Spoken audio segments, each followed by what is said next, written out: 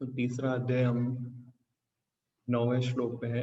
उससे पहले मैं अगेन एक ओवरव्यू बताता हूँ आपको 3rd चैप्टर का। स्क्रीन पर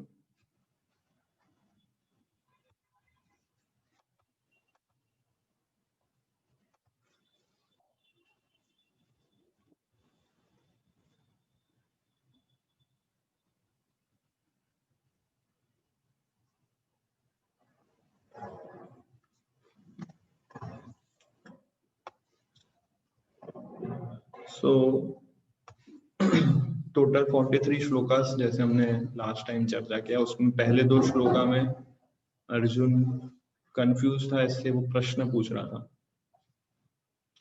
क्या था प्रश्न, याद है किसी को? अर्जुन ने क्या प्रश्न पूछा, क्या कंफ्यूजन रखा कृष्ण के सामने?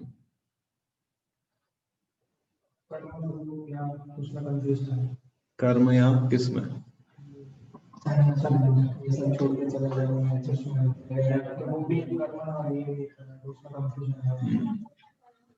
बुद्धि योग भगवान बोल रहे थे कि अपनी बुद्धि से पाप वाले कार्यों से दूर रहो। तो अर्जुन को लगा बुद्धि योग का मतलब सब कुछ रिटायरमेंट ले लो और पाप वाले कार्य मत करो। तो युद्ध करना भी किसी को मारने के समान है, तो पाप कार्य हो गया, तो क्या करना है? ये पहले 2 श्लोक में अर्जुन क्वेश्चन रखते हैं। फिर तीसरे श्लोक से भगवान कृष्ण उसके प्रश्न का उत्तर देते हैं। एक्चुअली पूरा ये क्वेश्चन का आंसर पूरा 3rd चैप्टर है। It's very important. 3rd chapter का आंसर पूरा इस क्वेश्चन के अंदर है। तीसरा श्लोक से 9वें श्लोक तक भगवान निष्काम कर्म योग के विषय में बोलते हैं, जिसमें भगवान ये बताते हैं कि प्रीमेच्योर रिनंसिएशन, अपरिपक्व संन्यास जो है वो खतरनाक है। और उसमें मिथ्याचार का हमने चर्चा किया था कि आजकल के जो लोग ढोंगी सन्यासी होते हैं, जो सब गलत कार्य करते हैं स्पिरिचुअलिटी के नाम पे, तो दैट इज मोर डेंजरस। उसको प्रीमेच्योर रिनंसिएशन बोलते हैं। उससे अच्छा जो सड़क पे झाड़ू लगा रहा है व्यक्ति और ऑनेस्टली कमा रहा है, ऐसा एज पर भगवद गीता। निष्काम कर्म योग मतलब कि बिना कोई कामना किए कार्य करना, बिना कोई कामना किए कार्य करना, बिना कोई इच्छा के कार्य करना, not expecting any results, focusing on the efforts.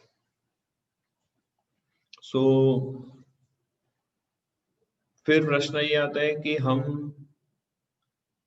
ऐसे कार्य करें जिसका रिजल्ट जनरेट ना हो, या फिर जनरेट हो भी तो हमें उसका इफेक्ट नहीं लगे। भगवान ये ट्रिक बोल रहे हैं अर्जुन को करने के लिए कि ऐसे कर्म करो अर्जुन के जिसका रिएक्शन जनरेट नहीं हो, या फिर जनरेट हो तो तुम्हें अफेक्ट नहीं करे। कर्म तो करना ही है, बट एक आर्ट आनी चाहिए अर्जुन तुमको कि उसके रिएक्शंस तुम्हें अफेक्ट नहीं करें, या फिर उसके रिएक्शंस जनरेट नहीं हो। तो वो आर्ट सिखा रहे हैं अर्जुन को कृष्ण इस तीसरे अध्याय में, और पूरा सिस्टमैटिकली समझाते हैं। इसमें तीसरे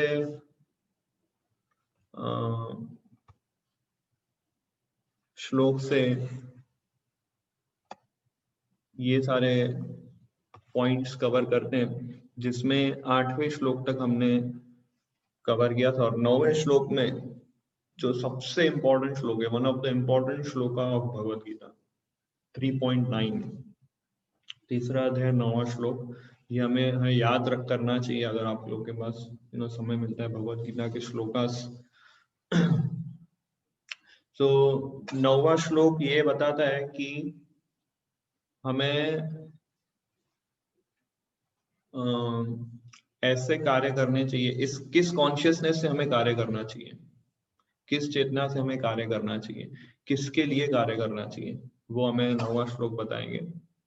सो पढ़िए 9वां श्लोक। हरे कृष्णा। श्री विष्णु के लिए यज्ञ रूप में कर्म करना चाहिए, अन्यथा कर्म के द्वारा इस भौतिक जगत में बंधन उत्पन्न होता है। अतः हे कुंती पुत्र, उनकी प्रसन्नता के लिए अपना नियत कर्म करो, इस तरह तुम बंधन से सदा मुक्त रहोगे। सो श्री विष्णु के लिए यज्ञ रूप में कर्म करना चाहिए। This is the key point, very important point, कि यज्ञ मीन्स यज्ञ रूप में कर्म करने का मतलब क्या कि हरे कृष्णा, यज्ञ रूप में कर्म करने का अर्थ है कि भगवान की प्रसन्नता के लिए कार्य करना, उसको बोलते हैं यज्ञ। जनरली यज्ञ मतलब लोग क्या समझते हैं कि एक कुंड बनाओ, उसमें थोड़ी आहुति और वो लकड़ा डालो और उसमें स्वाहा करो, उसको यज्ञ। एक्चुअली उसको, वो भी एक यज्ञ है, बट उसी को ही यज्ञ नहीं बोलते। आप भगवान के लिए रसोई बना रहे हो, उसको भी यज्ञ बोलते हैं। आप भगवान के लिए ऑफिस में वर्क कर रहे हो, उसको भी यज्ञ बोलते हैं। वो सारे कार्य जिससे भगवान प्रसन्न हुए, उसको यज्ञ बोलते हैं। सिंपल। पूरे भगवद गीता में कहीं भी यज्ञ आपको दिखाई सुनाई दे तो क्या समझने का हमको, कि वो सारे कार्य जिससे भगवान प्रसन्न हुए। तो यज्ञ रूप में कर्म करना चाहिए, नहीं तो क्या होगा, कर्म के द्वारा इस भौतिक जगत में बंधन उत्पन्न होगा। अगर हम भगवान की प्रसन्नता के लिए कर्म नहीं करेंगे तो हमें रिएक्शन लगेगा, और वो रिएक्शन में हम बंध जाएंगे। सो ये एडवाइस कृष्ण अर्जुन को देते हैं। इसमें मैंने कई बार ये एग्जांपल दिया है कि एक सोल्जर है, वो एक बाउंड्री पे वॉर में अपने दुश्मनों पे अटैक करता है, जितने दुश्मनों को गिराता है उतने मेडल्स उसको मिलते हैं। पर वही सोल्जर उसी बंदूक से अपने पड़ोसी को गोली चलाए तो उसको सजा मिलती है। क्यों? क्योंकि उसने ऑथोरिटीज को वहां फॉलो किया, ऑथोरिटी की प्रसन्नता के लिए उसने युद्ध लड़ा और इसलिए उसको मेडल मिला। यहाँ पे ऑथोरिटी को पसंद करने के लिए उसने गोली नहीं चलाई, अपनी प्रसन्नता के लिए, अपने क्रोध को संतुष्ट करने के लिए पड़ोसी पे अटैक किया, तो यहाँ पे उसको जेल हुई। सो यज्ञ रूप में कर्म करने का अर्थ ये, अगर हम अपनी संतुष्टि के लिए, अपनी प्रसन्नता के लिए सारे कार्य करेंगे तो हम बंधन में फंस जाएंगे। सो इसलिए आगे बोलते हैं, उनकी प्रसन्नता के लिए अपने नियत कर्म करो, इस तरह तुम बंधन से सदा मुक्त रहोगे। So we have to work without getting entangled, बिना बंधन में फंस के हमें कर्म करना चाहिए। ये 8 अर्जुन को सिखाते हैं कृष्ण। सो वो सारे कार्य जिससे भगवान प्रसन्न हुए उसको यज्ञ बोलते हैं, और वो कार्य हम करते हैं तो उसके रिएक्शन में हम नहीं फंसते हैं। तो यहाँ पे इस केस में कृष्ण ऑर्डर कर रहे थे अर्जुन को कि it is my order to fight. तो अर्जुन इस कॉन्शियसनेस से अगर युद्ध लड़ता है कि कृष्णा ने मुझे ऑर्डर किया है, देन आई विल फाइट, तो रिएक्शन नहीं लगेगा। तो दिस इज द थिंग। पढ़िए, ये हाइलाइट्स है, ये पैराग्राफ काफी अच्छा डिस्क्राइब करता है इस चीज को। अतः भगवान विष्णु की प्रसन्नता के लिए कर्म करना चाहिए। इस जगत में किया जाने वाला अन्य कोई कर्म बंधन का कारण होगा, क्योंकि अच्छे तथा बुरे कर्मों के फल होते हैं और कोई भी फल कर्म करने वाले को बांध लेता है। अतः कृष्ण या विष्णु को प्रसन्न करने के लिए कृष्ण भावना भावित होना होगा, और जब कोई ऐसा कर्म करता है तो वह मुक्त दशा को प्राप्त रहता है। यही महान कर्म कौशल है, और प्रारंभ में इस विधि में अत्यंत कुशल मार्गदर्शन की आवश्यकता होती है। अतः भगवत भक्त के निर्देशन में यह साक्षात भगवान कृष्ण के प्रत्यक्ष आदेश के अंतर्गत, जिनके अधीन अर्जुन को कर्म करने का अवसर मिला था। मनुष्य को परिश्रम पूर्वक कर्म करना चाहिए। इंद्रिय तृप्ति के लिए कुछ भी नहीं किया जाना चाहिए, अपितु हर कार्य कृष्ण की प्रसन्नता एवं उनकी तुष्टि के लिए होना चाहिए। इस विधि से न केवल कर्म के बंधन से बचा जा सकता है, अपितु इससे मनुष्य को क्रमशः भगवान की वह प्रेमा भक्ति प्राप्त हो सकेगी जो भगवत धाम को ले जाने वाली है। तो इस विधि से न केवल कर्म के बंधन से हम बचेंगे, बट हम अपना जीवन अच्छे से इस भौतिक संसार में जी के अंत में भगवत धाम को प्राप्त करेंगे। तो ये विधि, मतलब ये प्रोसेस फॉलो करने से, कि भगवान की प्रसन्नता के लिए कार्य करना, ये प्रोसेस फॉलो करने से हम इस संसार में सुखी रहेंगे, अपने नीड्स, अपने डिजायर्स को अच्छे से फुलफिल कर पाएंगे, और ये जीवन पूरा करने के बाद अंत में भगवान के धाम को प्राप्त करेंगे, है ना। ऐसा नहीं है कि ये विधि पालन करने से हमें पूरा जीवन संघर्ष और तपस्या और कष्ट भुगतना पड़ेगा, ऐसा नहीं है, बट हम हैप्पी और सेटिस्फाइड रहेंगे। ये प्रोग्राम है इस प्रोसेस का। सो 10वें श्लोक से भगवान अलग एक सेक्शन लेते हैं, जिसमें कर्म कांड का सेक्शन पूरा समझाते हैं भगवान। 10वें श्लोक से लेके 16 नंबर के श्लोक तक पूरा ये कर्म कांड प्रोसेस है।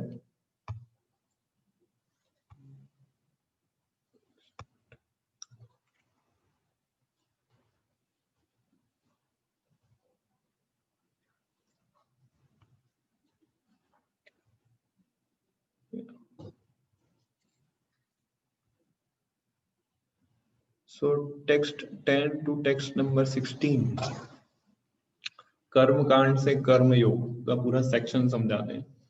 ये सेक्शन पूरे चैप्टर का सबसे इम्पोर्टेंट सेक्शन है, और जो 9वें श्लोक पढ़ा वो भगवत गीता में वन ऑफ द इम्पोर्टेंट श्लोक है, और इस चैप्टर में ये section one of the important section, जिसमें 10वें और 11वें श्लोक में भगवान समझाते हैं कि मनुष्य और देवता लोग के बीच में कोऑपरेशन होना चाहिए। वो कोऑपरेशन, अगर मनुष्य यज्ञ करेगा, अगेन यज्ञ का मतलब क्या, हाँ, अगर मनुष्य यज्ञ करेंगे तो देवता प्रसन्न होंगे, और वो प्रसन्न होंगे तो बारिश देंगे, उससे अन्न उत्पन्न होगा, उससे हमारा जीवन निर्वाह होगा, और उससे हम अलग अलग, उससे हम जीवन निर्वाह होगा, उससे हमें शक्ति मिलेगी, उससे उस ऊर्जा, उस एनर्जी से हम फिर से यज्ञ करेंगे और फिर से देवता प्रसन्न होंगे। तो ये कोऑपरेशन होना जरूरी है। और ये भी बता दें श्लोक में, इस सेक्शन में भगवान के जो मुझे भोग लगा के नहीं खाता है वो पाप खाता है, इस सेक्शन में बता दें भगवान। वो भी वन ऑफ द इम्पोर्टेंट श्लोक है कि जो भगवान विष्णु या कृष्ण की प्रसन्नता के लिए भोजन नहीं बनाता है और खुद इंद्र तृप्ति के लिए लेता है, वो पाप ही खा रहा है। तो वो सेक्शन हम लेते हैं। सो 10th नंबर के श्लोक पे हम कंटिन्यू करते हैं। पढ़िए 10वां श्लोक। सृष्टि के प्रारंभ में समस्त प्राणियों के स्वामी प्रजापति ने विष्णु के लिए यज्ञ सहित मनुष्यों तथा देवताओं की संततियों को रचा और उनसे कहा, तुम इस यज्ञ से सुखी रहो, क्योंकि इसके करने से तुम्हें सुख कराने तथा मुक्ति प्राप्त करने के लिए समस्त वांछित वस्तुएं प्राप्त हो सकेगी। तो सृष्टि की शुरुआत में, है ना, मनुष्य, और भगवान ने मनुष्य और देवता दोनों को भेजा इस भौतिक संसार में, और कहा कि तुम इस यज्ञ से सुखी रहो, क्योंकि इससे करने से तुम्हें सुख पूर्वक रहने तथा मुक्ति प्राप्त करने के लिए समस्त वांछित वस्तुएं प्राप्त हो सकेगी।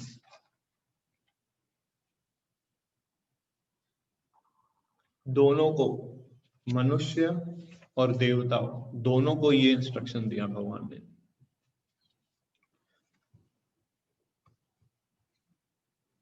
इसमें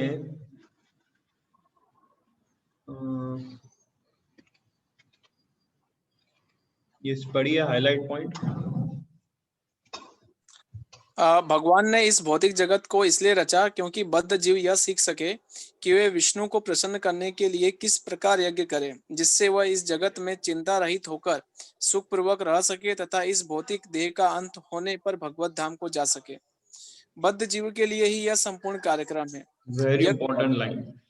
भगवान ने ये भौतिक संसार क्यों बनाए? ताकि हम जैसे लोगों को अपॉर्चुनिटी मिले कि कैसे हम यज्ञ करें, कैसे हम भगवान की प्रसन्नता के लिए अपनी कार्य करें और अपना जीवन निर्वाह दोनों चला सके। ये नहीं कि केवल भक्ति भक्ति, बट हम अपना जीवन निर्वाह भी कर सके। ये दोनों को कंबाइन करके कैसे जीवन जिए और इस भौतिक देह के अंत होने के बाद भगवान के धाम वापस जा सके। तो ये प्रोग्राम है पूरा कि हम क्यों इस भौतिक संसार में आए, पर हम लोग पूरा इसके विपरीत कर रहे हैं आज। ना हम भगवान की प्रसन्नता के लिए कुछ कर रहे हैं और केवल अपनी इंद्रिय तृप्ति के लिए सारा दिन प्लान कर रहे हैं कैसे हम ज्यादा सुखी रहें, कैसे दूसरों को ओवरटेक करें, कैसे हम अपनी इंद्रियों की संतुष्टि के लिए सारे रिसर्च, इन्वेंशंस और दूसरों को धोखा देना, ये सारे कार्यों में हम लगे हैं अभी। इस वजह से क्या हो रहा है, हमारे समाज में पूरा इम्बैलेंस हो गया है। कोई सुखी नहीं है, किसी को शांति नहीं है। उसका मूल कारण है ये। बस इतने लाइन में पूरे पृथ्वी की समस्याओं का समाधान दिया है। भगवत गीता में के श्लोकास इतने पावरफुल है कि केवल एक श्लोका से पूरे पृथ्वी की समस्याओं का समाधान हो सकता है। सिर्फ one shloka is enough to change the whole world. क्योंकि सारी समस्याओं का रूट कारण सिर्फ एक ही है, इसलिए सॉल्यूशन भी एक होगा, है ना। क्योंकि एक ही रूट कारण है, इसलिए एक ही रूट सॉल्यूशन है। वो क्या है? वी हैव टू परफॉर्म यज्ञ। सबको यज्ञ करना है। और कलयुग, हर युग में अलग अलग यज्ञ की विधि है। सतयुग में कौन सा यज्ञ होता है? ध्यान का। सब लोग सतयुग में सब लोग लाखों वर्षों तक उनकी आयु होती थी और इसलिए वो लोग ध्यान कर सकते थे 50,000 60,000 साल तक भगवान के ध्यान में एब्जॉर्ब रहते थे। तो ये यज्ञ था सतयुग के अंदर। फिर द्वापर युग के अंदर जो यज्ञ था वो आहुति वाला यज्ञ, कि शुद्ध घी, शुद्ध ब्राह्मण, शुद्ध मंत्रों का उच्चारण करने से हम भगवान को प्रसन्न कर सकते हैं। फिर आया द्वापर युग। द्वापर युग में यज्ञ का प्रोसेस क्या था? भगवान के विग्रहों की स्थापना करना, उनकी आराधना करना, अर्चन विधि, बड़े बड़े मंदिरों का निर्माण करना और विग्रहों की सेवा करना, ये द्वापर युग का यज्ञ था। कलयुग के अंदर हम ना ध्यान कर सकते हैं, ना हमारे पास शुद्ध घी और शुद्ध ब्राह्मण है, और ना हम बड़े बड़े मंदिरों का निर्माण कर सकते हैं और बड़े बड़े विग्रहों की पूजा आराधना कर सकते हैं, क्योंकि शुद्ध ब्राह्मण भी नहीं है उसको सर्विस करने के लिए। सो इसलिए कलयुग के अंदर नया प्रोसेस हमें बताया है। वो क्या है? पढ़िए हाईलाइट पॉइंट। कलयुग में वैदिक शास्त्रों ने संकीर्तन यज्ञ अर्थात भगवान के नामों का कीर्तन इसका विधान किया है और इस दिव्य विधि का प्रवर्तन चैतन्य महाप्रभु द्वारा इस युग के समस्त लोगों के उद्धार के लिए किया गया है। तो कलयुग के अंदर जो सर्वश्रेष्ठ यज्ञ है वो है ये संकीर्तन यज्ञ, जिसमें भगवान के नामों का कीर्तन होता है। जब अभी ऑनलाइन क्लास में आते हैं उससे पहले जो कीर्तन बज रहा होता है वो संकीर्तन यज्ञ उसको आप कह सकते हैं, जिसमें भगवान के नामों का उच्चारण सब भक्त लोग साथ में मिलके करते हैं, मृदंग और करताल इंस्ट्रूमेंट्स के साथ। यहाँ फिर जप माला पे हरे कृष्ण महामंत्र का जाप करके। सो ये संकीर्तन यज्ञ कलयुग का प्रोसेस है। हम जिस युग में रह रहे हैं वो कलयुग है। पढ़िए आगे इसमें और संकीर्तन यज्ञ। संकीर्तन यज्ञ तथा कृष्ण भावनामृत में अच्छा तालमेल है। श्रीमद् भागवतम में संकीर्तन यज्ञ के विशेष प्रसंग में भगवान कृष्ण का अपने भक्त रूप चैतन्य महाप्रभु के रूप में निम्न प्रकार से उल्लेख हुआ है। इस कलयुग में जो लोग पर्याप्त बुद्धिमान हैं, वे भगवान की उनके पार्षदों सहित संकीर्तन यज्ञ द्वारा पूजा करेंगे। वेदों में वर्णित अन्य यज्ञों को इस कलि काल में कर पाना सहज नहीं है, किंतु संकीर्तन यज्ञ सुगम है और सभी दृष्टि से अलौकिक है। तो वेदों में बहुत सारे यज्ञों की चर्चा की गई है। ये यज्ञ और द्रव्य यज्ञ और पंच यज्ञ, बहुत सारे यज्ञ हैं। पर कली काल में ये सारे यज्ञ करना बहुत डिफिकल्ट है और प्रैक्टिकल नहीं है आज के टाइम पे। सबसे पहले तो शुद्ध घी नहीं है हमारे पास। पहले मार्केट में जब घी मिलता था तो घी उपलब्ध ऐसा लिख के हमें मिलता था। ऐसे हमारे एक डिवोटी डिस्क्राइब करते हैं कि मार्केट में जब घी बिकता था तो घी उपलब्ध है ऐसा। फिर उनको लिखना पड़ा शुद्ध घी उपलब्ध है। फिर उनको लिखना पड़ा 100% शुद्ध घी उपलब्ध है। तो ऐसा क्यों लिखना पड़ा उनको? क्योंकि शुद्ध घी नहीं है अवेलेबल, तो इसलिए उनको लिखना पड़ रहा है 100% शुद्ध घी उपलब्ध है। इसलिए कलयुग में सारी चीजें, सारी वस्तुएं अशुद्ध है। इसलिए सिंपल प्रोसेस बताया है हमें कि ये संकीर्तन यज्ञ करेंगे, हरे कृष्ण महामंत्र का जाप करेंगे, भगवान प्रसन्न हो जाएंगे, देवी देवता प्रसन्न हो जाएंगे। तो उससे क्या होगा आगे भगवान समझाते हैं कि भगवान ने पहले देवताओं को और मनुष्यों को इस पृथ्वी में भेजा और बोला कि यज्ञ करो तो कोऑपरेशन से रहो। फिर क्या बोला आगे 11वें श्लोक में पढ़िए। यज्ञों के द्वारा प्रसन्न होकर देवता तुम्हें भी प्रसन्न करेंगे और इस तरह मनुष्यों तथा देवताओं के मध्य सहयोग से सबों को संपन्नता प्राप्त होगी। तो यज्ञों के द्वारा प्रसन्न होकर देवता तुम्हें भी प्रसन्न करेंगे, है ना। भगवान को आपने प्रसन्न कर लिया तो देवता ऑटोमेटिकली सारे प्रसन्न हो जाएंगे। भगवान और देवी देवता में अंतर है। देवी देवता जो होते हैं वो जीवात्मा है, जैसे हम भी एक जीवात्मा है। जैसे सिटीजन, ऑर्डिनरी सिटीजन होता है और एक चीफ मिनिस्टर होता है। दोनों व्यक्ति है पर एक के पास कुछ ज्यादा पावर्स है बस। वैसा ही डिफरेंस हमारे अंदर और देवताओं के अंदर है। देवताओं के पास कुछ पोस्ट, पोजीशन और पावर्स होते हैं जिसकी वजह से वो कई सारी चीजों को कंट्रोल कर सकते हैं। जैसे चीफ मिनिस्टर कोई स्टेट का होता है, कई वस्तुओं को, कई लोगों को कंट्रोल कर सकता है। बट आखिर में वो भी एक सिटीजन ही है, वो भी एक व्यक्ति है ना, वो भी एक मनुष्य है। ऐसे देवता भी एक जीवात्मा है जिनके पास कुछ पावर्स हैं। और जैसे ऑर्डिनरी सिटीजन है, कल को मैं भी चीफ मिनिस्टर बन सकता हूँ, आप भी चीफ मिनिस्टर बन सकते हैं और ये भी चीफ मिनिस्टर बन सकते हैं अगर वो क्वालिफाइड हुए तो। उसी तरह हम भी देवी देवता बन सकते हैं अगर हम कोई प्रोसेस को फॉलो करें, शास्त्रों में जो दिए गए उसके हिसाब से अपने कर्म करें, पुण्य कर्म इकट्ठा करें, तो हम भी देवी देवता जैसे बन सकते हैं। हम भी इंद्र बन सकते हैं, हम भी चंद्र, वरुण, वायुदेव बन सकते हैं। It's not big thing. हम भी जैसे कुबेर है, ब्रह्मा है, ये सब हम भी बन सकते हैं। सो देवता कुछ ऐसे नहीं एकदम हाई एडवांस कैटेगरी के कोई नहीं बन सकता। भगवान कोई नहीं बन सकता। सो भगवान और देवी देवताओं में अंतर है। भगवान ऐसे नहीं है कि भगवान कोई पोस्ट नहीं है, भगवान सिर्फ एक ही है, स्वयं श्री कृष्ण। बाकी सब उनके अंडर में आते हैं। ऐसा नहीं है कि कृष्ण जब नहीं थे तो भगवान नहीं था, या कृष्णा जो पहले भगवान नहीं थे और अपने ध्यान से, कुछ लोग ऐसा बोलते हैं कृष्णा भगवान नहीं थे पर अपने मेडिटेशन से वो अब भगवान बन गए और उनके पास कुछ पावर्स आ गया और अभी वो भगवत गीता बोल रहे हैं।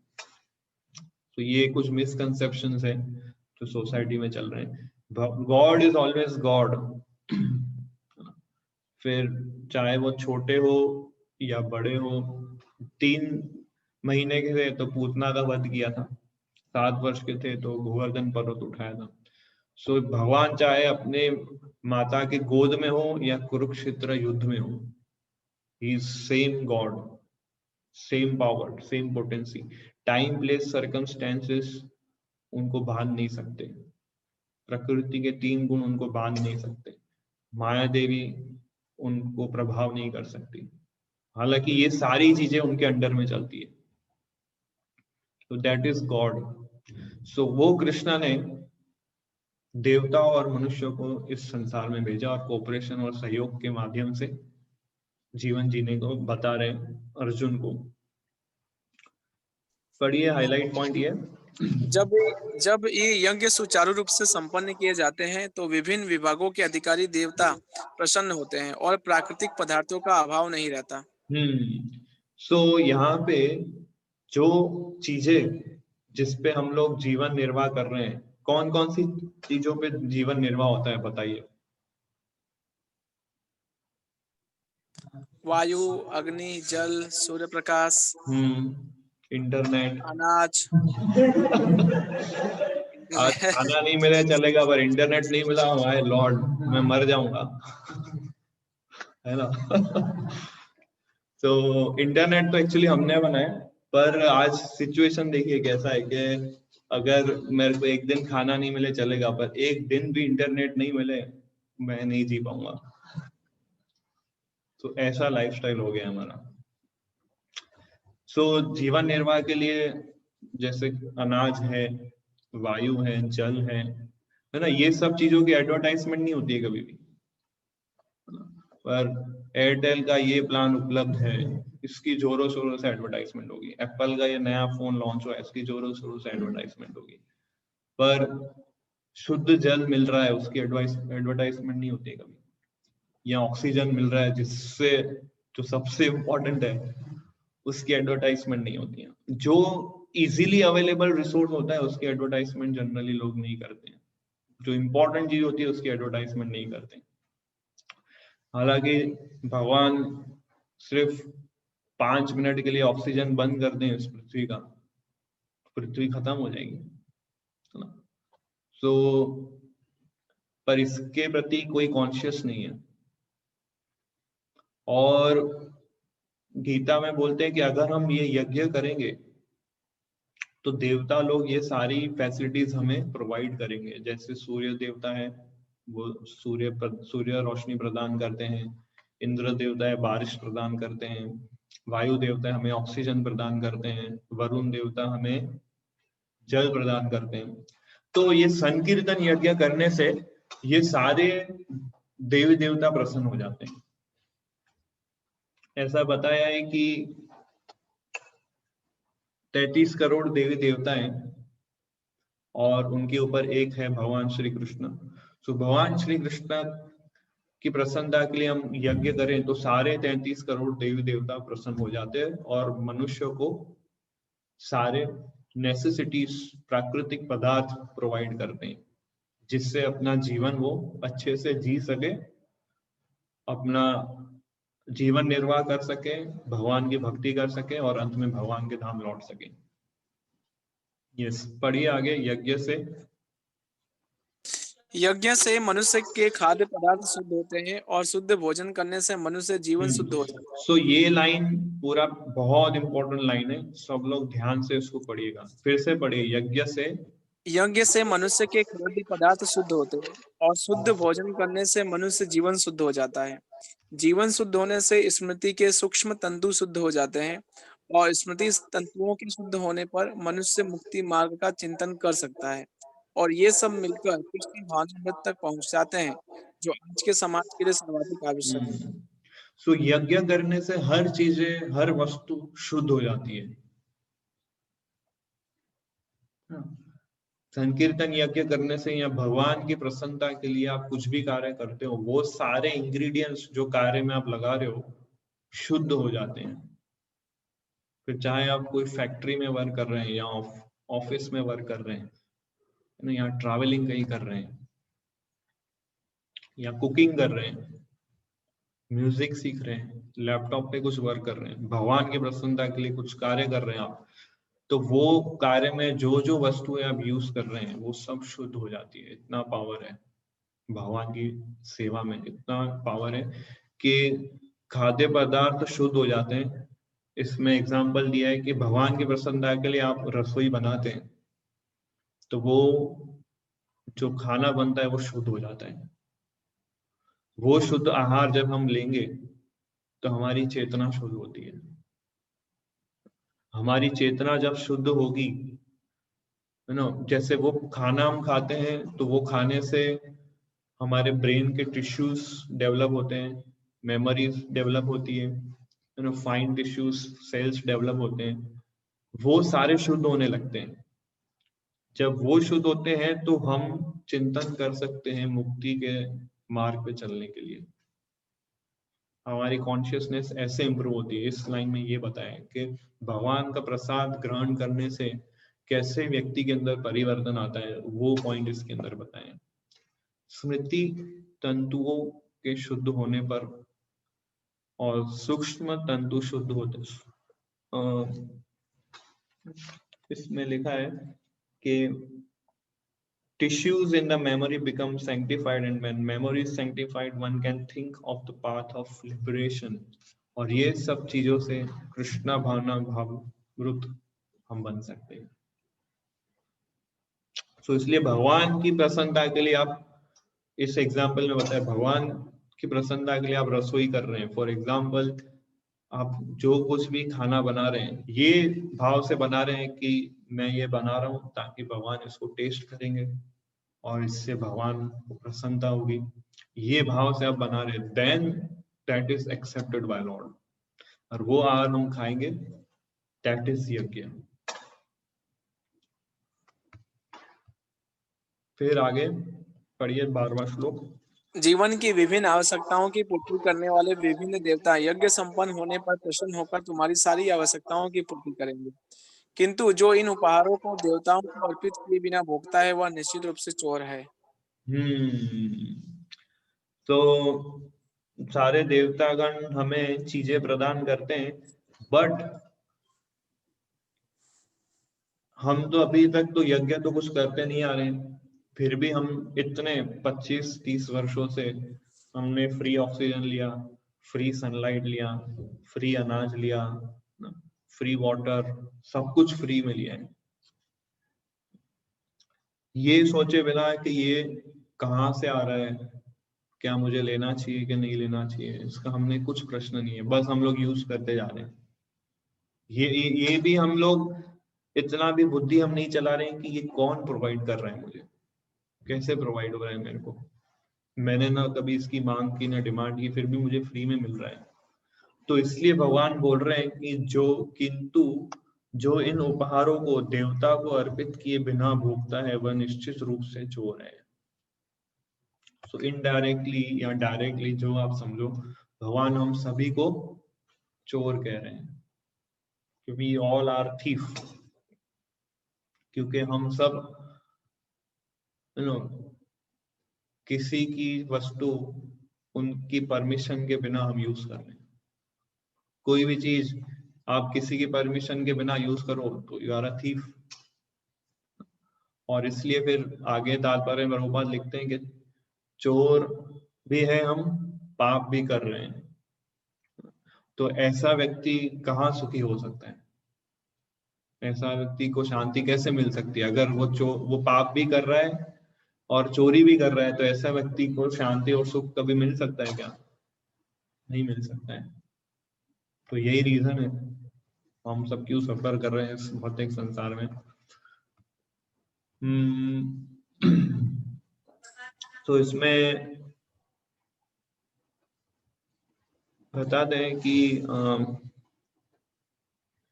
कि मनुष्य को ये जानना चाहिए कि जीवन की सारी आवश्यकताएं भगवान के देवता प्रतिनिधियों द्वारा ही पूरी की जाती है। कोई कुछ बना नहीं सकता। उदाहरण, मानव जीव समाज के भोज्य पदार्थ को लो। इन भोज्य पदार्थों में शाकाहारियों के लिए अन्न, फल, शाक, दूध, चीनी आदि है तथा मांसाहारियों के लिए मांस आदि, जिनमें से कोई भी पदार्थ मनुष्य नहीं बना सकता। वेजिटेरियन फूड भी हम नहीं बना सकते, नॉन वेजिटेरियन फूड भी हम नहीं बना सकते। वर्ल्ड की ऐसी कोई फैक्ट्री नहीं है जो गेहूं के दाने बना सकती है, चावल के दाने बना सकती है, बाजरा के दाने बना सकती है, या फूल गोभी, पत्ता गोभी, जितने वेजिटेबल्स है, दाल्स, ये कोई फैक्ट्री नहीं बना सकती है। ये केवल और केवल देवता हमें प्रोवाइड करते हैं। इवन हम लोग जो फैक्ट्रीज रन करते हैं उसके लिए electricity, fire, light, water, air, ये सब चाहिए होता है। ये सब हम कोई फैक्ट्री में नहीं बना सकते। सो पढ़िए, अभी हाईलाइट यहाँ से स्पष्ट है कि हमारा जीवन भगवान द्वारा प्रदत्त वस्तुओं पर आश्रित है। यहाँ तक कि हमें अपने उत्पादन उद्यमों के लिए अनेक कच्चे मालों की आवश्यकता होती है, यथा धातु, गंधक, पारद, मैग्नीज तथा अन्य अनेक आवश्यक वस्तुएं, जिनकी पूर्ति भगवान के प्रतिनिधि इस उद्देश्य से करते हैं कि हम इनका समुचित उपयोग करके आत्म साक्षात्कार के लिए अपने आप को स्वस्थ एवं पुष्ट बनाएं, जिससे जीवन का चरम लक्ष्य अर्थात भौतिक जीवन संघर्ष से मुक्ति प्राप्त हो सके। सो ये सारी वस्तुएं क्यों दी हमें भगवान ने? ताकि हम इसका अच्छे से यूज कर सकें और आत्म साक्षात्कार के लिए अपने आप को स्वस्थ रखें। हम खाना खाएंगे, उससे हम स्वस्थ रहेंगे, तो ही हम आत्म साक्षात्कार कर पाएंगे ना। हमारी हेल्थ अच्छी होगी तो ही हम भक्ति अच्छे से कर पाएंगे, तो ही हम यज्ञ अच्छे से कर पाएंगे। तो खाना देने का पर्पस क्या है? कि हम भक्ति कर सकें। हवा देने का पर्पस क्या है? कि हम आत्मा साक्षात्कार कर सकें। बारिश क्यों आ रही है? ताकि अनाज उगे, हम खा सके, हम स्वस्थ रहें, ताकि हम आत्मा साक्षात्कार कर सके। पर हम ये सारी चीजों का यूज कर रहे हैं क्यों? ताकि हम इंद्रिय तृप्ति कर सके। अभी हम ये कर रहे हैं। हम हेल्दी रहे, क्यों रहे हेल्दी? ताकि हम ज्यादा समय इंटरनेट पे बिताएं और अपना कार्य करें। सो पूरा विपरीत दिशा में हम लोग सब जा रहे हैं। सो भगवत गीता में इसलिए धीरे धीरे आप देखोगे कि बारिश जो है कभी कभी बहुत कम हो जाती है, कभी कभी ऑड टाइम्स पे बारिश पड़ती है। जैसे फरवरी में, लास्ट ईयर फरवरी में बारिश हुई थी, जिसकी वजह से आम की खेती पूरी डिस्टर्ब हो गई और गर्मी में आम फिर हमें नहीं मिल पाए। मेरे को तो अच्छे लगते हैं आम, इसलिए मुझे याद है। लास्ट ईयर इतने अच्छे मैंगोज नहीं आए थे बिकॉज फरवरी में बारिश हुई थी। या सो ऐसे सीजनल चेंजेस क्यों आ रहे हैं? Because we are not doing yagya. Government चाहे कितने भी योजना बना दे, उससे कुछ लाभ नहीं होने वाला है। कितने भी इरिगेशन प्लांट्स बना दे, कितने भी पेस्टिसाइड्स ये सब कर दे, इससे ये सब चीजें जनरेट नहीं होती है। ऐसा कहीं गीता में नहीं लिखा है कि आप पेस्टिसाइड्स डालो या फिर इरिगेशन करो तो अनाज उग जाएगा। ऐसा नहीं है। बारिश इज मस्ट। विदाउट रेन हम लोग इस पृथ्वी पे सरवाइव नहीं कर सकते, और रेन आएगी जब हम यज्ञ करेंगे। अगले श्लोक में यही भगवान बोलते हैं। रेन नहीं आएगी तो हम सरवाइव ही नहीं कर पाएंगे। पढ़िए, यदि हम जीवन उद्देश्य को भूलकर भगवान के प्रतिनिधियों से अपनी इंद्र तृप्ति के लिए वस्तुएं लेते रहेंगे और इस संसार में अधिकाधिक फंसते जाएंगे, जो कि सृष्टि का उद्देश्य नहीं है, तो निश्चय ही हम चोर हैं और इस तरह हम प्रकृति के नियमों द्वारा दंडित किए होंगे। चोरों का समाज कभी सुखी नहीं रह सकता, क्योंकि उनका कोई जीवन लक्ष्य नहीं होता। तो अगर हम बिना भगवान को ऑफर किए ये सारे इंग्रेडिएंट्स, ये सारे तोहफे हम लेंगे, उपहार हम लेंगे, सो हम लोग चोर माने जाएंगे। 13वां श्लोक बहुत इंपॉर्टेंट है, जिसमें भगवान भोग के विषय में कहते हैं कि मुझे अर्पण करके खा, नहीं तो क्या होगा। पढ़िए, भगवान के भक्त सभी प्रकार के पापों से मुक्त हो जाते हैं, क्योंकि वे यज्ञ में अर्पित किए भोजन अर्थात प्रसाद को ही खाते हैं। अन्य लोग जो अपने इंद्रिय सुख के लिए भोजन बनाते हैं, वह निश्चित रूप से पाप खाते हैं।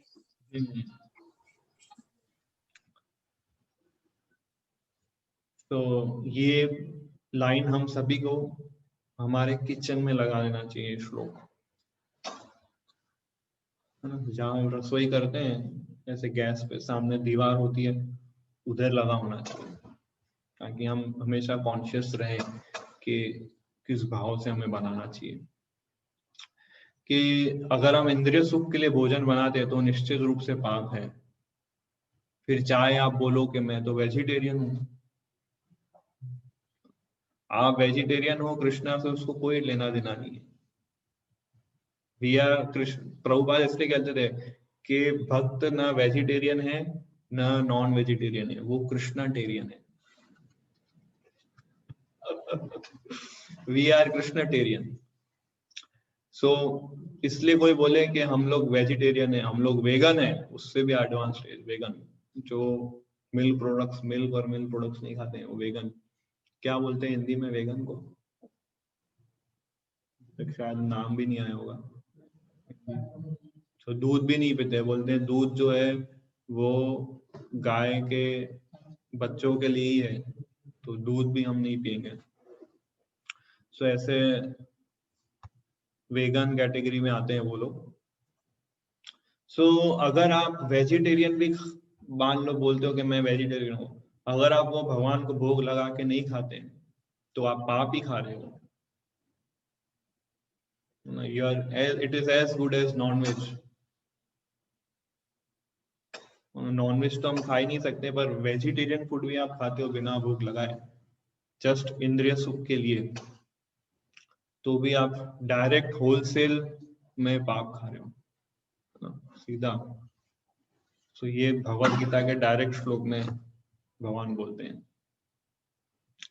क्योंकि पर्पस वो नहीं है जिस पर्पस से हम चीज कर रहे हैं। सो इसलिए हमें भोग लगा के ही सारे भोजन ग्रहण करने चाहिए।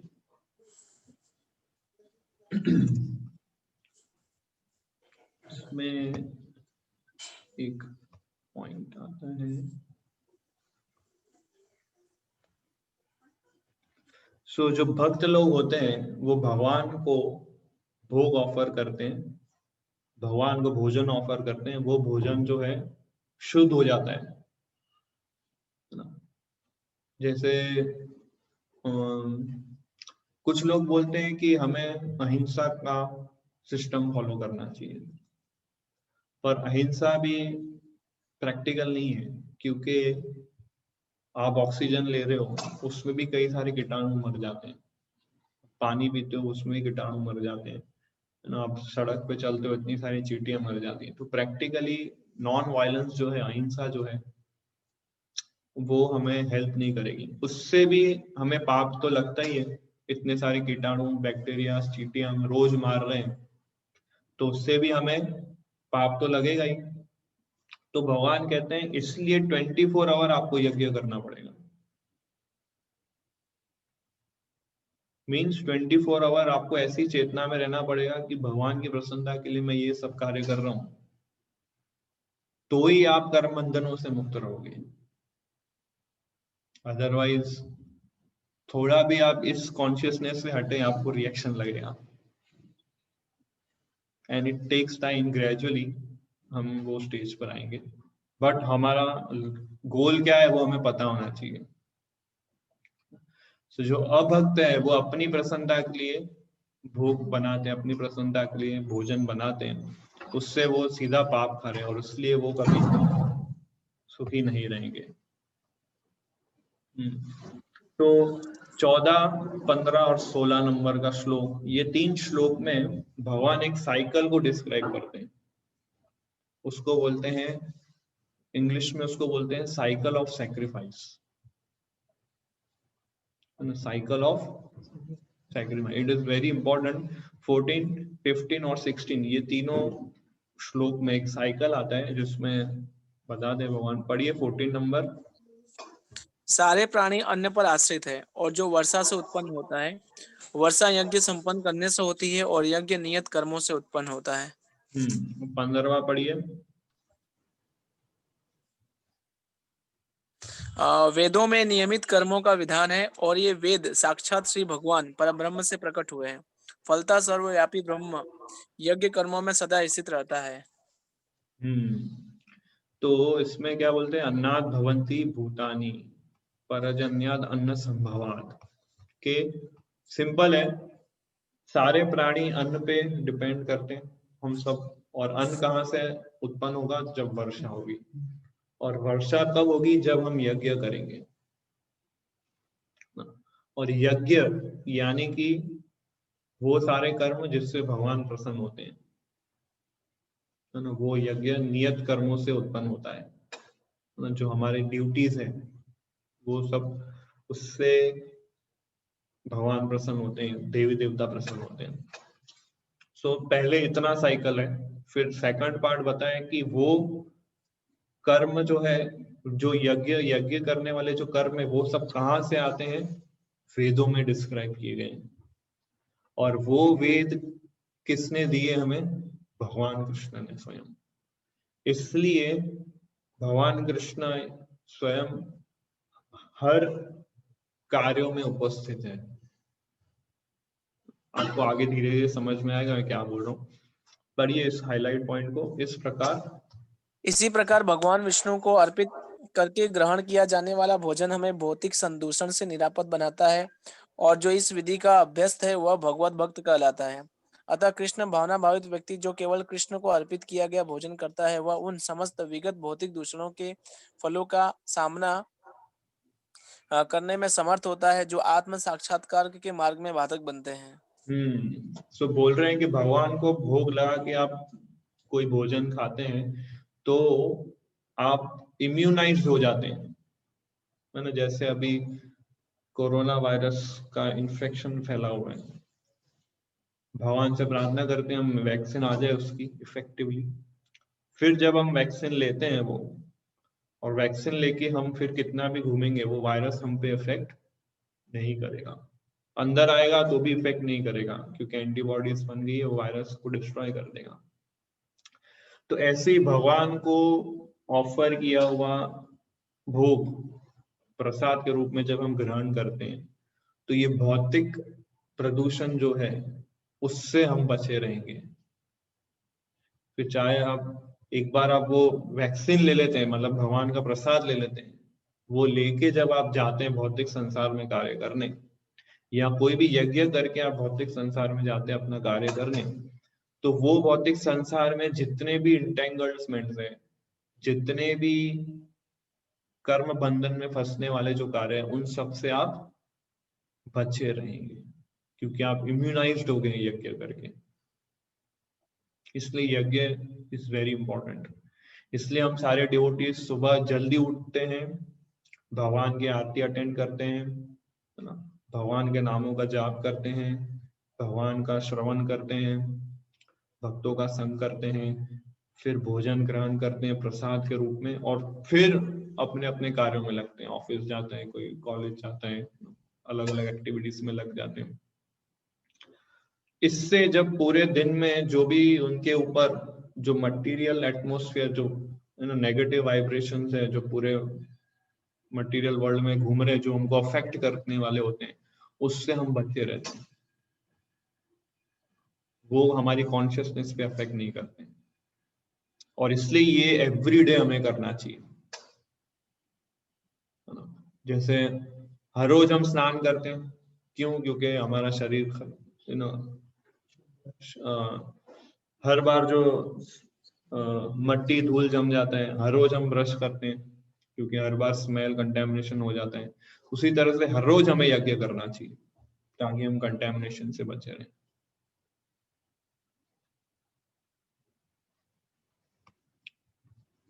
यस। फिर बोल रहे ये सारे यज्ञ की विधि वेदों में दी है, और वेद जो है भगवान से आए हैं, भगवान ने उसको दिए। पढ़िए। इस तरह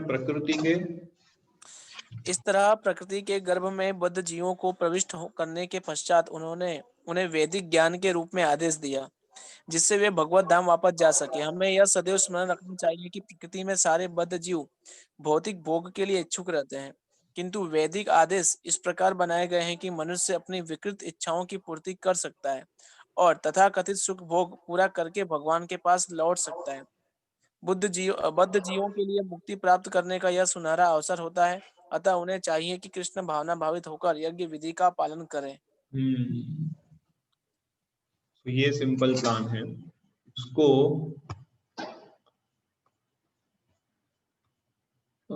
ये साइकिल में आप देख सकते हैं, ये वाला इंग्लिश में है कि सारे जो जीव है वो सब अनाज पे डिपेंड है।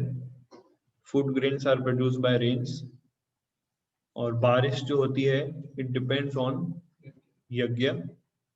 यज्ञ कहाँ से आते हैं? प्रिस्क्राइब ड्यूटीज, मतलब अपने कर्म करने से जो वेद में दे रखे, और वेद जो है भगवान से आए हैं। तो इसको बोलते हैं cycle of sacrifice. Very important cycle. थोड़ा जूम करके देख सकते हैं। This is called cycle of sacrifice. तो पर्पस ऑफ ह्यूमन लाइफ क्या है? टू प्लीज द लॉर्ड, मतलब यज्ञ करना। उसमें जो बेस्ट प्रोसेस क्या है? अनअलॉयड अनडेविएटेड डिवोशनल सर्विस, मतलब शुद्ध भक्ति, यहाँ संकीर्तन यज्ञ। और बेस्ट यज्ञ क्या है? संकीर्तन यज्ञ, चैंटिंग द होली नेम। और बेस्ट मंत्र क्या है? हरे कृष्ण महामंत्र। तो ये साइकिल। और अगले श्लोक में 16 नंबर के श्लोक में भगवान बोलते हैं कि जो इस यज्ञ को, ये साइकिल ऑफ सैक्रिफाइस यज्ञ साइकिल को जो फॉलो नहीं करता है, वो उसके साथ क्या होता है, जो हम इतने समय से पहले फॉलो नहीं कर रहे थे, तो क्या होगा? पढ़िए। हे प्रिय अर्जुन, जो मानव जीवन में इस प्रकार वेदों द्वारा स्थापित यज्ञ चक्र का पालन नहीं करता, वह निश्चय ही पापमय जीवन व्यतीत करता है। ऐसा व्यक्ति केवल इंद्रियों के तुष्टि के लिए व्यर्थ ही जीवित रहता है। तो इंद्रिय की तुष्टि के लिए व्यर्थ ही जीवित जी रहा है।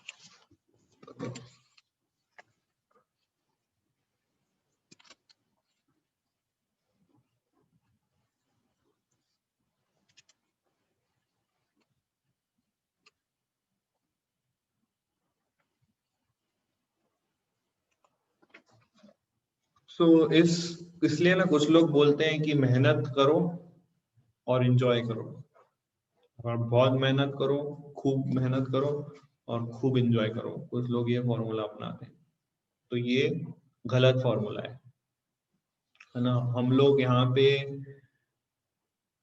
केवल एंजॉयमेंट करने नहीं आए हैं, है ना। हम इस पर्पस से हमें यहाँ भेजा गया है, वो पूरा ये सेक्शन में भगवान बताते हैं। यज्ञ करके अपना जीवन सुखी और संतुष्टि के साथ जी के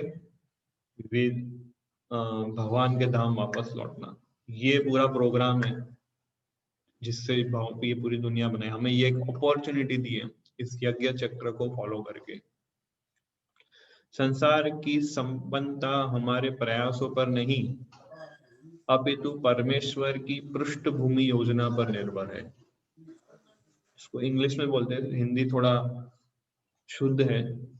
The prosperity of the world depends not on our own efforts, but on the background arrangement of the Supreme Lord. इसको एग्जैक्ट तो हिंदी में नहीं बोल सकते, बट ये बहुत अच्छा लाइन है। The prosperity of the world does not depends on our own efforts, but on the background arrangement of the Supreme Lord, directly carried out by demigods. इसलिए कुछ लोग वेदों का नियमों का पालन कर रहे हैं, है ना, वेदों का अभ्यास करे, पर कृष्ण भावना भावित नहीं हो रहे हैं, तो भी कुछ फायदा नहीं है। क्योंकि वो साइकिल पूरा नहीं होता है, वो साइकिल आधा ही हो जाता है।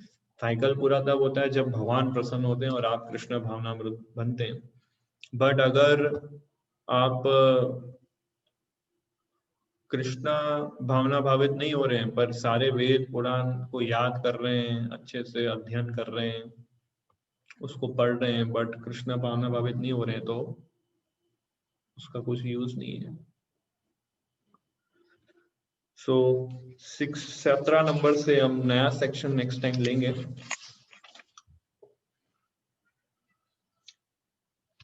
तो किसी का कोई प्रश्न हो तो पूछ सकते हैं।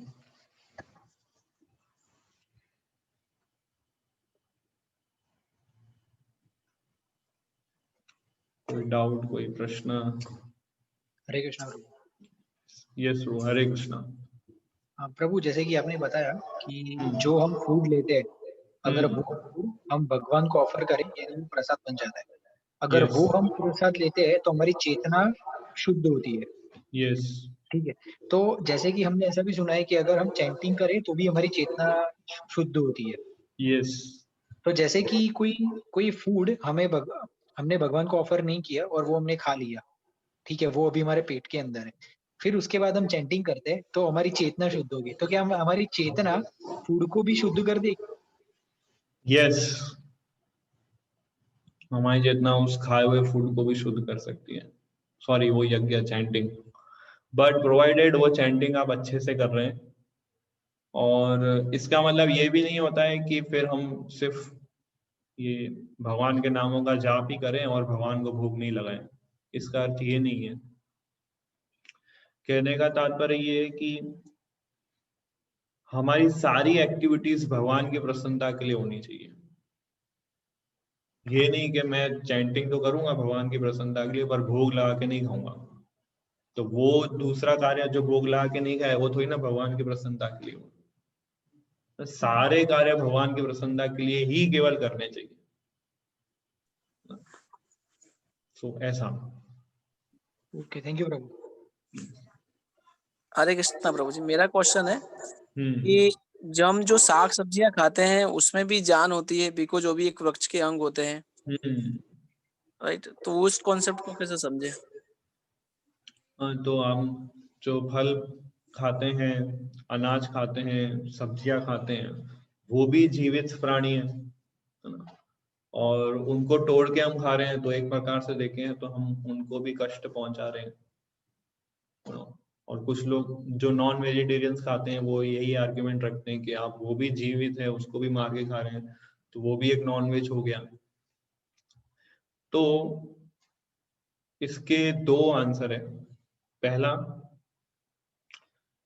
कि शास्त्र में हमें बताए गए हैं कि मनुष्य को क्या क्या आहार लेना चाहिए, उसमें पूरी लिस्ट दे रखी है जिसमें बताया कि हम अनाज ले सकते हैं, फल सब्जियां ले सकते हैं, दूध के प्रोडक्ट्स, चीनी और ये सारे स्पाइसेस, ये सब हम भगवान को भोग लगा के ग्रहण कर सकते हैं।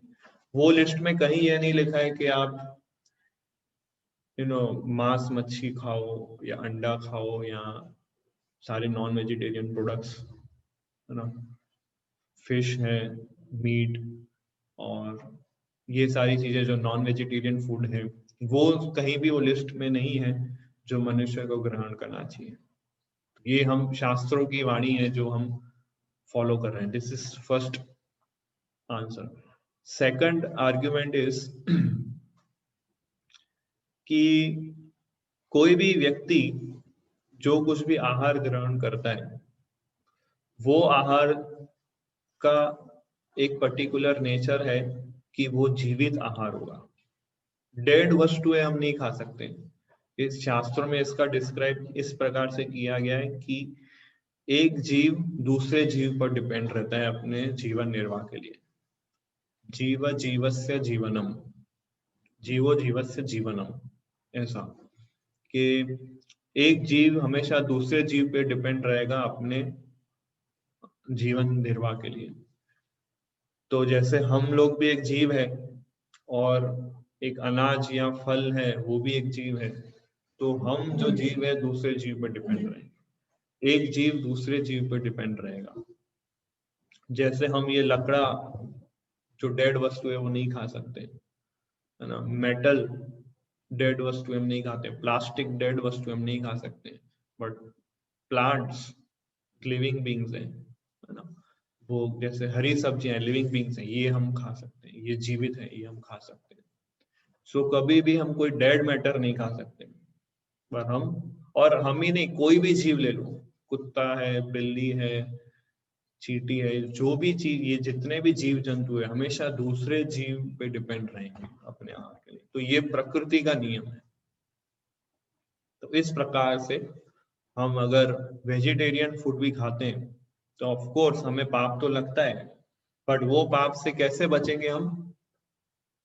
यज्ञ करके भगवान को भोग ऑफर करेंगे, भगवान उसमें से सारा पाप का कलमश क्लीन कर देते हैं और हमको प्रसाद के रूप में ग्रहण करना होता है। उससे हमारी चेतना शुद्ध होती है और शुद्ध चेतना से हम भगवान का चिंतन कर सकते हैं। Yes Prabhu ji, thank you. मेरा एक दूसरा क्वेश्चन भी है प्रभु जी, कि जिसे इसमें कहा गया है कि यज्ञ करने से हम सभी सुखी रहेंगे, फिर इसमें जब हम यज्ञ भी करते तब उसमें भी कार्मिक रिएक्शन और माया का रोल रहता है, तो इसको फिर कैसे समझें? नहीं, यज्ञ करने से जो जो भी कार्य हम यज्ञ के दौरान करते हैं, उस कार्य में जितने भी कलमश होते हैं वो सब कलमश दूर हो जाते हैं यज्ञ के दौरान। जो भी एक्टिविटीज आप भगवान की प्रसन्नता के लिए कर रहे हैं, वो एक्टिविटीज में जो जो भी माया का रोल होता है या फिर पाप कार्य होते हैं, वो सारे पाप कार्यों से आप मुक्त हो जाते हैं। यही पॉइंट 15वें नंबर के श्लोक में भगवान बोलते हैं कि भगवान जो है ये कार्यों में उपस्थित रहते हैं, ये सारे क्रियाओं में।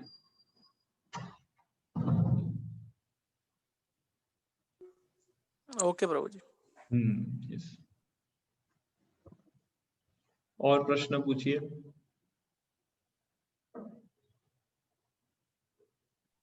प्रभु हरे कृष्ण। यस। जैसे कि जो डेमीगॉड्स होते हैं वो ultimately supreme personality of godhead के इंस्ट्रक्शन को फॉलो करते हैं, यानी वो भी यज्ञ ही कर रहे हैं। यस। तो प्रभु Yes. वो डेमीगॉड्स अपनी पूरे लाइफ में यज्ञ करते हैं, तो आफ्टर दैट वो भी वैकुंठ धाम की प्राप्ति होती है, या फिर उनको पृथ्वी पे आके जो भक्ति है वो करनी पड़ती है? नहीं, पृथ्वी पे आके उनको फिर भक्ति करनी होती है, क्योंकि देवता लोग जो होते हैं वो लोग शुद्ध भक्ति नहीं प्रैक्टिस कर पाते हैं स्वर्ग में, क्योंकि वहां पे इतना ऐश्वर्य है और इतना इंजॉयमेंट है कि प्रैक्टिकली वहां कोई कष्ट ही नहीं है, कोई स्ट्रेस, कोई एंजाइटी इतनी नहीं है वहां। इसलिए वहां पे इतना भक्ति और भगवान का स्मरण लोगों को इंस्पिरेशन नहीं मिलता है। जनरली लोग भगवान की भक्ति और इंस्पिरेशन क्यों करते हैं? क्योंकि उनको दुख होता है, कष्ट होता है। पर वहां पे इतना सुख है, इतना ऐश्वर्य है, इतना कंफर्ट है, इतना प्लेजर है कि व्यक्ति को वहां पर जरूरत ही नहीं लगती है कि भगवान की उसके जीवन में। वो इतना एब्जॉर्ब हो गया होता है हैप्पीनेस के अंदर। तो इसलिए वो लोग शुद्ध भक्ति प्रैक्टिस नहीं कर पाते वहां, सारे देवी देवतागण। वो अपने अपने रिस्पेक्टिव ड्यूटीज निभाते हैं और उसको पूरा करके फिर से इस पृथ्वी पे आते हैं और भगवान की भक्ति को लग जाते हैं। और फिर वो जब अच्छी भक्ति करते हैं इस पृथ्वी लोक में आके मनुष्य के रूप में, फिर वो भगवान के धाम जाते हैं। प्रभु आप में तो यस। प्रभु ऐसा कोई डेमीगॉड्स को कंसेशन मिलता है कि जैसे कि हमारे जो 4 युग है उसके हिसाब से अलग अलग 4 प्रोसीजर है, ठीक है, भगवान को प्राप्ति। तो जो स्वर्ग में रहते हैं डेमीगॉड्स, उनके लिए भी कोई प्रोसीजर है कि वो फॉलो करके फिर वापस जा सके बैक टू नहीं, द उनके बॉडी? लिए प्रोसीजर्स नहीं है, ये सारे प्रोसीजर्स केवल मनुष्यों के लिए बनाए भगवान ने। उनको खाली जो भगवान ने ड्यूटीज दी है वो ड्यूटीज उनको खाली फॉलो करनी है बस। बाकी ये सारे प्रोसीजर्स मनुष्यों के लिए है केवल। थैंक यू प्रभु। और प्रश्न पूछिए। हरे कृष्ण प्रभु जी। हरे कृष्ण। एक क्वेश्चन पूछना था कि आपने बोला कि whatever we are eating, either a plant or a meat or anything, fish और कुछ भी हो गया, that is a sin. अगर हम लोग मीट और एग को भी ऑफर करके खाएंगे तो वो भी सिनलेस हो जाएगा, राइट? नहीं, उसको हम ऑफर नहीं कर सकते, क्योंकि भगवान को क्या क्या भोग लगाना चाहिए उसकी सारी लिस्ट हमारे वेदों में भगवान ने खुद बताई है कि ये वस्तुएं आप मुझे ऑफर कर सकते हैं और ये वस्तुएं आप मुझे ऑफर नहीं कर सकते। तो जो एग्स और मीट और ये सब जो आहार है वो सब तमोगुणी आहार है, तो भगवान कहते हैं तमोगुणी आहार मुझे ऑफर नहीं करना है। पर जो सत्वगुणी आहार है जैसे अनाज, फल, सब्जियां इत्यादि, ये सब सात्विक आहार है, तो सात्विक आहार ही हम ऑफर कर सकते हैं भगवान। ओके, थैंक यू प्रभु जी। और प्रश्न पूछिए।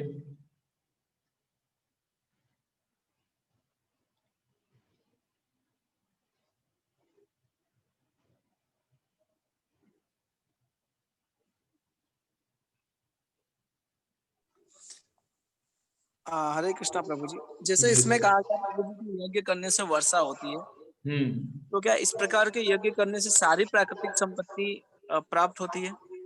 वर्षा सारी प्राकृतिक संपत्तियां प्राप्त होती है। प्रभुपाद एक बार हैदराबाद में थे और वहां पर वर्षा नहीं हुई थी, और क्या बोलते हैं उसको इंग्लिश में, ड्रॉट बोलते हैं, सूखा, हाँ ड्रॉट आ गया था, राइट, क्योंकि बारिश नहीं हो रही थी। पर प्रभुपाद जब हैदराबाद में थे तो उन्होंने अपने शिष्य को कहा कि आप लोग सभी लोग बाहर जाके हरिनाम संकीर्तन कीजिए। तो सभी प्रभुपाद जी के शिष्य हैदराबाद में बाहर सड़कों पे गए, हरिनाम संकीर्तन किया, और कुछ दिनों बाद बारिश आ गई। ये प्रैक्टिकली वास्तविक घटना है। सो यज्ञ करने से सारी प्राकृतिक सुविधा हमें प्राप्त होती है, और जो प्रकृति है, नेचर जो है, पर्सनली एक्ट करती है। मतलब आप लोग के माइंड में प्रश्न होगा, चलो मैं तो कल से यज्ञ करना चालू कर दूंगा, पर बारिश तो कम ही होगी, लोग तो यज्ञ नहीं कर रहे हैं, तो मेरे को तो अनाज नहीं मिलेगा फिर। मेरे अकेले यज्ञ करने से थोड़ी ना बारिश होगी और सबको खाना मिलेगा, है ना। कलेक्टिवली सबको यज्ञ करना पड़ेगा ना। ये प्रश्न आता है कई बार लोगों को। पर प्रकृति देवी जो है, जो नेचर है भगवान की, वो सभी व्यक्ति पे इंडिविजुअली एक्ट करती है। अगर आप यज्ञ करेंगे तो आपको आपका जो सर्वाइवल के लिए जो भी वास्तविक है वो मिलेगी ही मिलेगी। भगवान वो योजना करेंगे। आपको फिर दूसरों की चिंता नहीं करनी कि वो यज्ञ कर रहा है कि नहीं, तो बारिश होगी कि नहीं, यार यज्ञ कर तू भी, मैं भी करता हूँ, ताकि हम बारिश होए और हमें को आम मिले। और तो हमें दूसरों की चिंता नहीं करनी है। अगर हम यज्ञ करेंगे हमें अपना कोटा मिलेगा। That's it. So, प्रकृति हर व्यक्ति, हर एक जीव पे इंडिविजुअली रेसिप्रोकेट करती है।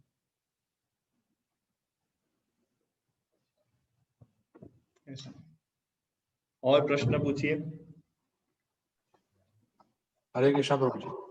हरे कृष्ण प्रभु जी, एक क्वेश्चन पूछा था कि अगर जैसे कहीं बाहर हो और आउट ऑफ स्टेशन या कहीं भी अगर जैसे कुछ खाना हो, तो अगर बिना भोग लगाए हुए खाना खा सकते, अगर एज ए इमरजेंसी उसका क्या करना चाहिए, मतलब कैसे करना चाहिए, मतलब उस समय हमें ट्राई करना चाहिए कि हम नेचुरल प्रोडक्ट्स पे जिए, जैसे फ्रूट्स है या सब्जियां हैं, जो कच्ची सब्जियां होती है, फ्रूट्स है, सलाड्स है, ये सब जो डायरेक्ट प्रकृति से हमें जो प्राप्त होता है उस पे सर्वाइव करना चाहिए।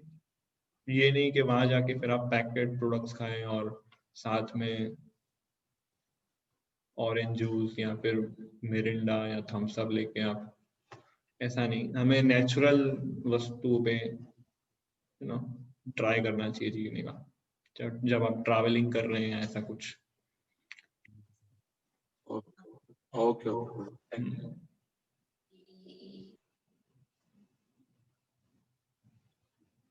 और प्रश्न पूछिए।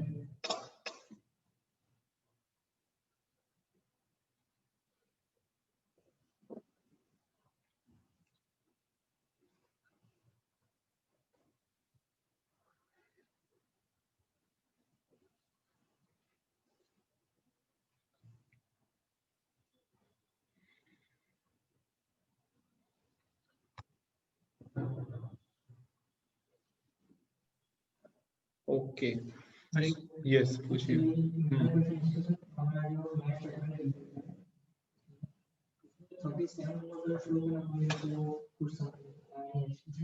तो वो मेरे को आप पर्सनली पूछ सकते हैं और फिर इसमें भी हम चर्चा करेंगे, हम लोग पर्सनली इसको। यस स्मिथ प्रभु। प्रभु एक क्वेश्चन था बट वो सॉल्व हो गया है, यानी आपने जो बोला था उसमें से ही आंसर मिला। Okay, thank you.